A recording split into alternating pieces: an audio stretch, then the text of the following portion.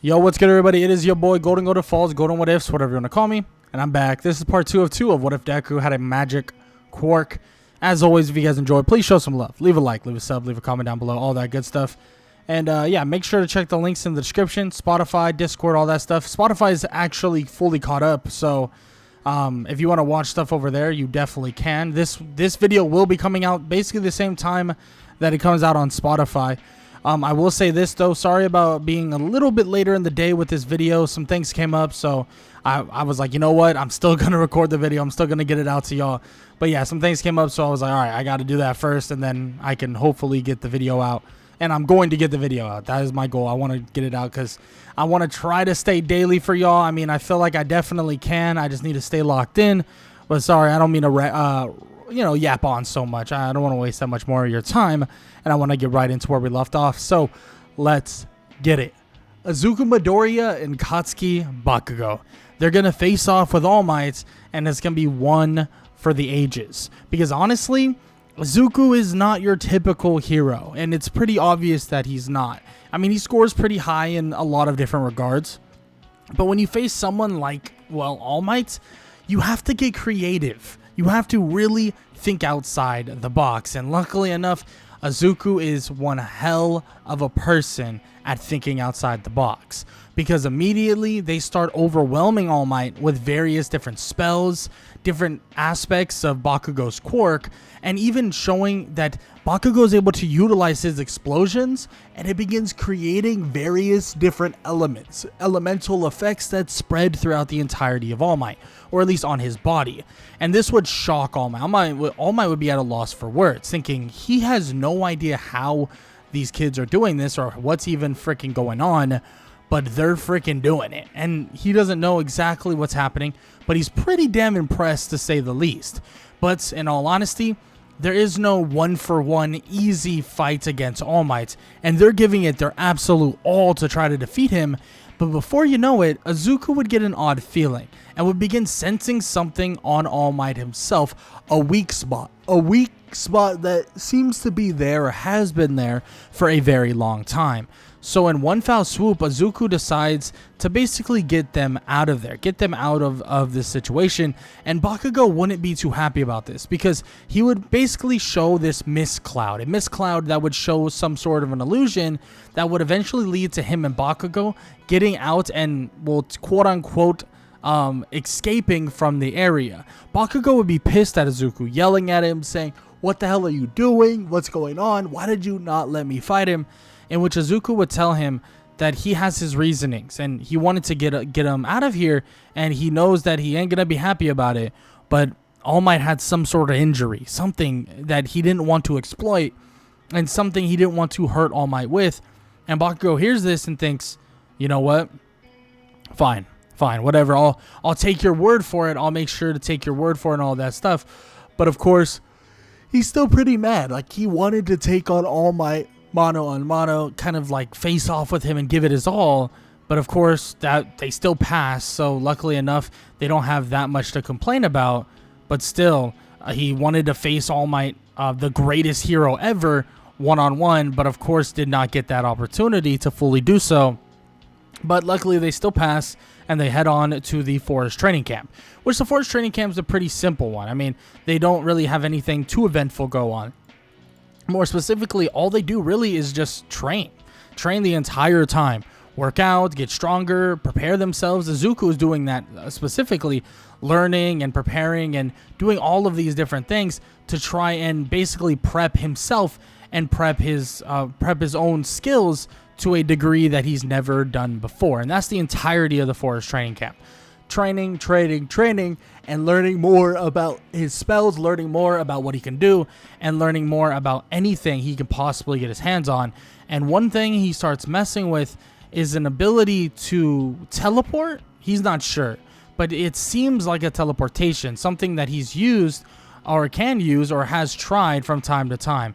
He's able to kind of teleport from one place to another, but then out of nowhere he starts realizing that when he's standing still, he can't actually teleport somewhere else. He doesn't know what's going on or what's even happening, but every time he tries to teleport, it's as if he's kind of like standing still and not doing anything. He doesn't know how, but he knows that he was able to teleport backwards when he would walk forward a certain distance and then attempt to teleport.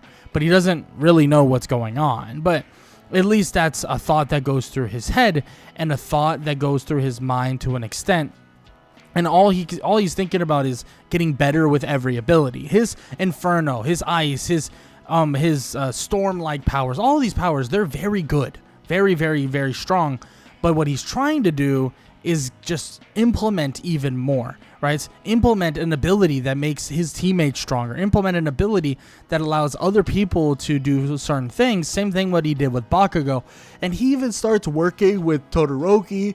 He starts working with Bakugo and many others, and he starts basically enhancing their powers. And the reason why they're doing this is because if they enhance their own powers, they can even utilize more of their powers, getting stronger and better themselves and being able to actually stretch their limits even further as well. But after a week or so, a week, maybe a week and a half, this would then lead them to the end of the forest training camp. And this would obviously head them back to UA itself. And when they would arrive at UA, days would pass, and eventually the fight with All Might and All For One, or All Might versus All For One, would ensue. And this fight right here is one everybody is watching, everybody is paying attention to, and everybody is fully locked in on. From the homework they did, the earlier in the day to all this stuff, none of that even matters anymore. All they can see is All Might fighting an absolute monster of a villain and hoping that he comes out on top. And as they're watching, as all of this is going on, as they watch closely, All Might would get overwhelmed. Not by All Might or All For One himself, but through a collection of All For One and a multitude of Nomus. Other heroes try to get there to help, but it seems like the other heroes are too late. The other heroes can no longer help All Might, and the other heroes are on the back foot as well. And before you know it, All Might is not only in a bad spot, not only in a kind of a bad situation, but he's also kind of in a situation where he doesn't really know what to do. Like, he's facing off with Nomus, who are extremely powerful, but also All For One, who's extremely dangerous as well. Massively dangerous. So he doesn't know exactly what to do, what to get done. And before you know it, he would be overwhelmed. The Nomus, All For One, and so much more would overwhelm him, and he would lay victim to what it could occur. And All For One stands there staring at the cameras as one final blow, one final shot would end the legacy of the one they know as All Might himself. And he stares into the camera with All Might in his arms, in his hand, about to strike him, and he tells them that this right here is your future being destroyed, your future being obliterated, and everything that you used to know and love about to be destroyed. And as this has all been said, or as all this is being said, it seems as if it's about to be done.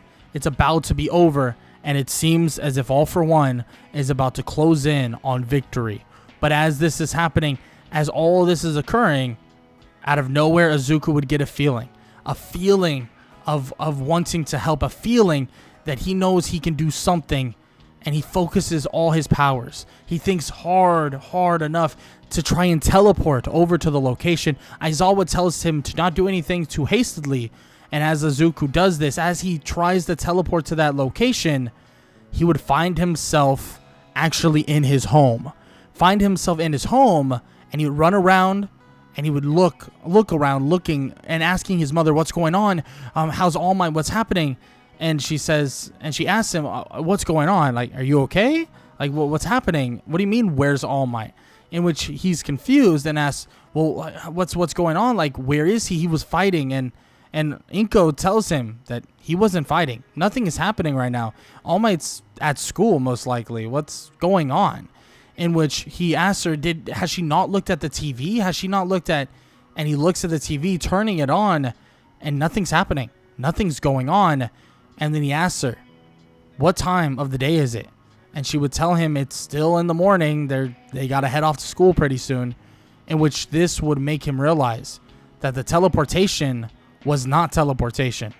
It was actually time travel. He doesn't know how he did it necessarily, but he knows that it all was messed up in his head. It must have been time travel, or at least time. He was messing with time in general from the very beginning. And he realizes that this is an opportunity, a chance to help All Might, a chance to prepare everybody. And he immediately goes in and tells Aizawa what happened, what occurred and what's going on and what's going to happen. That All Might's going to be overwhelmed and they need to be prepared to help him. And Izuku tells him that he can help All Might without actually being there to help him. And he promises that. He just needs to give All Might something so that he can carry on his powers and carry on kind of, a rune that would give him more capable abilities, in which he says to Izuku that there's no way that you can predict something like this from happening or predict that this is going to happen. But Izuku tells him over and over again that it is. And he starts telling him certain things that happen throughout the day before they even happen. And Aizawa starts believing a lot sooner, telling a lot of these other heroes that eventually would come to help, but are, needed earlier on. What it basically tells them, like, yeah, this is what it is. This is what's going on. And this is what we need to do. And basically tells them to prepare themselves for an eventual fight with All For One and a ton of Nomus. And that's exactly what happens. Even Izuku, though, Izuku helps out. Izuku does his thing with helping All Might be more prepared, even enhancing his powers to a good margin. And eventually, when all that would ensue once again, the Nomus would not overwhelm All Might out of surprise. It would actually be the heroes that overwhelm All For One and many others. It will be the heroes that get that leg up, and the heroes actually get the leg up on All For One and every other villain that shows their face. And before you know it, Izuku Midoriya not only helps with this fight, not only helps with All Might's and helps defeat him, or helps defeat All For One, and helps All Might defeat All For One. Eventually, it would be All Might taking down All For One with a United States of Smash, powered up by Izuku Midoriya's runes and his sigils of power, allowing them to grant even more power to even the other heroes. Heroes like Mirako, who's already a powerhouse in herself, steps up to the degree of being able to basically stand up to someone like All Might on that level, taking out Nomus and other people, and their powers are granted even further. And Izuku sits back out of harm's way, granting sigils of power to various other heroes, allowing them and helping them defeat the vast amount of Nomus and even defeat All For One himself. And after all this is said and done, the students of UA continue with their own journey, continue their own kind of training, leading to them taking on their provisional hero license exam.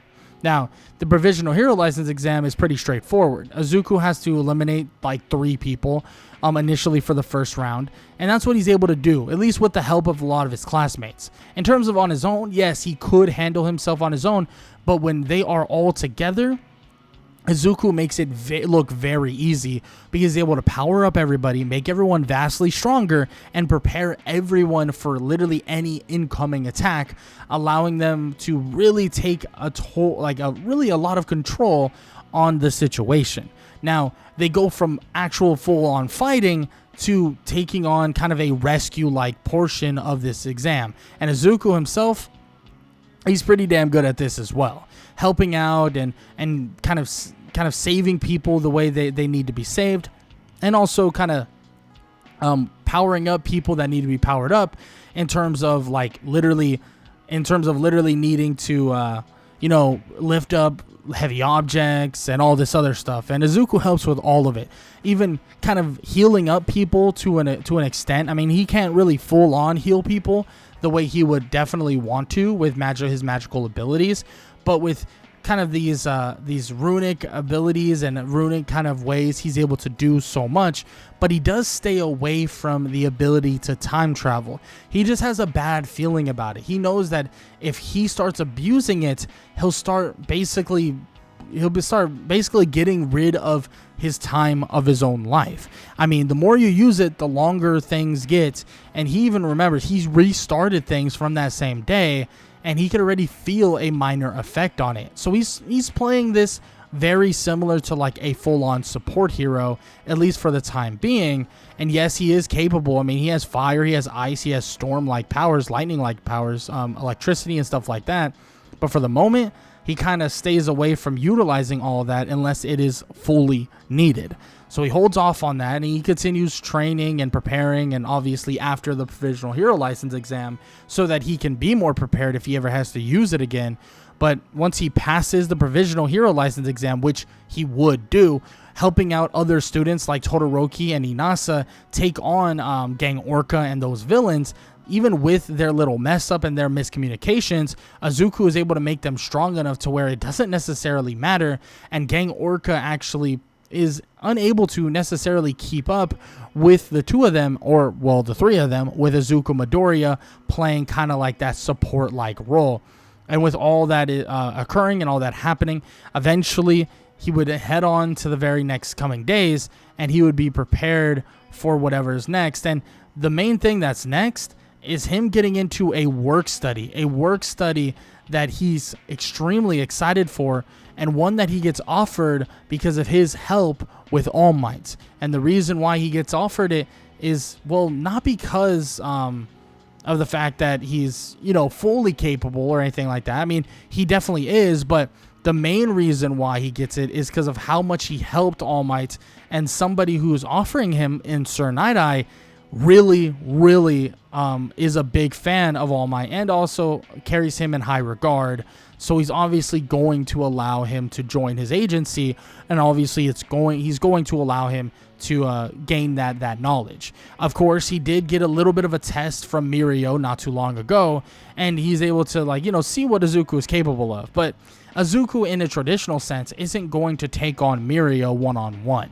I mean, his quirk doesn't really thrive in that regard, doesn't really thrive in that moment, but he still is able to kind of do things to a high level and a high degree, leading him to actually helping out Sir Night-Eye's agency with the eventual hunt of Overhaul. And this right here is something that Izuku Midoriya kind of really wants to be prepared for, and he tells them that his powers are vast. His powers and capabilities are pretty essential to an eventual invade on whatever base they are looking for. But before you know it, he would be using those powers. And in the eyes of Sir Night-Eye, the very same day that they met, the very same day that he told them to go on a patrol together, well, it seems Izuku himself tells Sir Night-Eye that Overhaul will show up and they need more backup. In which he immediately asks, how do you know this? What's going on? In which he tells him it's because he already has seen it. He's already been there. Which we flash forward to see that Izuku has literally seen this already. He has gone through the moments and gone through that specific moment and was debating with himself. Does he allow Overhaul to leave, or does he basically try to fight him now? In which this would lead them to basically coming to the conclusion of knowing where Overhaul is. And Izuku tells them that he believes that it's not an option to just let him go. They should be more prepared and be prepared to take him down instantly, and then hunt down the information of where the Shihazaikai base is elsewhere. In which he asks Izuku, couldn't you just let him go and then find where the base is yourself, and then eventually, come back and do the same thing? In which Izuku looks at him oddly, and before you know it, that's exactly what Izuku ends up doing. But it does tire him out quite a bit, and he tells Sir Night-Eye, obviously, the whole situation and the whole idea before he even brings up that idea. Obviously, time travel is a little iffy, but of course, that is kind of what would happen. He would tell Sir Night-Eye of what's going to occur, what is going to happen, where the Shihazaikai base is, and then eventually, they also send a ton of heroes and a lot of preparation to shut down Overhaul. And that's exactly what they do, saving Eri in one foul swoop. And then eventually, with the help of Izuku and Mirio and many others, they're able to take down the entirety of the Shihazaikai base very easily. Very easily. There's really no sweat involved with taking down the base, especially with no Overhaul, and Izuku powering up and preparing so many other heroes that could truly help And that right there is far more for their preparation. And with All For One, with Overhaul, and with all these other villains literally behind bars and already handled, and the Shiozaikai base completely and utterly handled as well, Izuku is able to go back to his normal school-like preparations and his normal day-to-day trainings. And that would include Class 1A versus Class 1B, in which Izuku shows how much his individual magic power can really do, but also how much he can really support his team. His team of Mineta, Ochako, and Mina, it's crazy to see that Izuku is able to basically elevate their quirks to another level. Mineta's sticky balls, well, no weird stuff with that, but they're a lot better. They're a lot stronger. Same thing with Mina's acid. Same thing with Ochako's ability to utilize her gravity. It's kind of like a crutch in a way. It makes you think that, you don't need to train because Izuku is able to enhance you so much. But at the same time, if you train and then you get enhanced, you would be even more powerful. And this right here, they would feel the effects of this specifically. And even Monoma would try to take control of Izuku's powers and learn them on the fly. But before you know it, his entire stamina, everything, his entire body would feel like complete garbage. He would feel like he's tired, exhausted, and his stamina would be depleted in a matter of a split second. And Izuku kind of tells him, yeah, about that. When he first started learning how to do all this stuff, it was definitely not easy. So somebody just trying to pick it up, it's definitely not going to be a simple thing. In which, of course, he's like, I hate you so much. And this leads to, obviously, his class being the victor. And Izuku and many others continue their kind of normal scheduled training and all of these things until eventually they find a giant creature known as Gigantomachia, in which Izuku would be a big component in trying to keep him where he is. They don't have much time because they believe that an eventual prison break attempt would ensue, but luckily enough, they're able to, shut down Gigantomachia and shut down kind of his capabilities by allowing Izuku to have free reign with his magical abilities and really put him in a prison of some sorts that can keep him at bay. And then with the help of, support heroes like Mei Hatsume and many others, they're able to shut down that location and shut down anything that could ensue with it. And before you know it, the students have literally solved so many issues that other heroes took so long to kind of deal with themselves, leading to them, obviously, and smoothly going into their second years of UA high school, ensuing in more training, more kind of work with their work studies, and felling various other villains that need to be taken down. And Izuku becomes a household name with a vast amount of agencies. And after his second and third year of UA high school, quickly, before you know it, he would be in the name and in the status of one of the top heroes or top up-and-coming heroes, being that he is a part of the big three with Todoroki and Bakugo by his side. But everybody knows that Izuku's abilities himself give not only the heroes that stand next to him such an advantage, but also gives himself an advantage as long as he continues to progress himself in a more powerful manner. But nonetheless, not only is he on the trajectory of becoming one of the best heroes, but he's on the trajectory of becoming one of the greatest literal support heroes to ever exist. And as he becomes a full-fledged hero, everybody really, really wants to get him on their side, aka wants to basically have Izuku in their agency as well. And before you know it, he would be called up to be, the hero he knows he can be, and he would start his climb to becoming the greatest hero alive a lot sooner than he would have in the original story of My Hero Academia. But with all that said, I hope you enjoyed. And if you did, please show some love. Leave a like, leave a sub, and leave a comment down below. All that good stuff. I hope you guys enjoyed the video, and I hope all y'all have an amazing day. Later.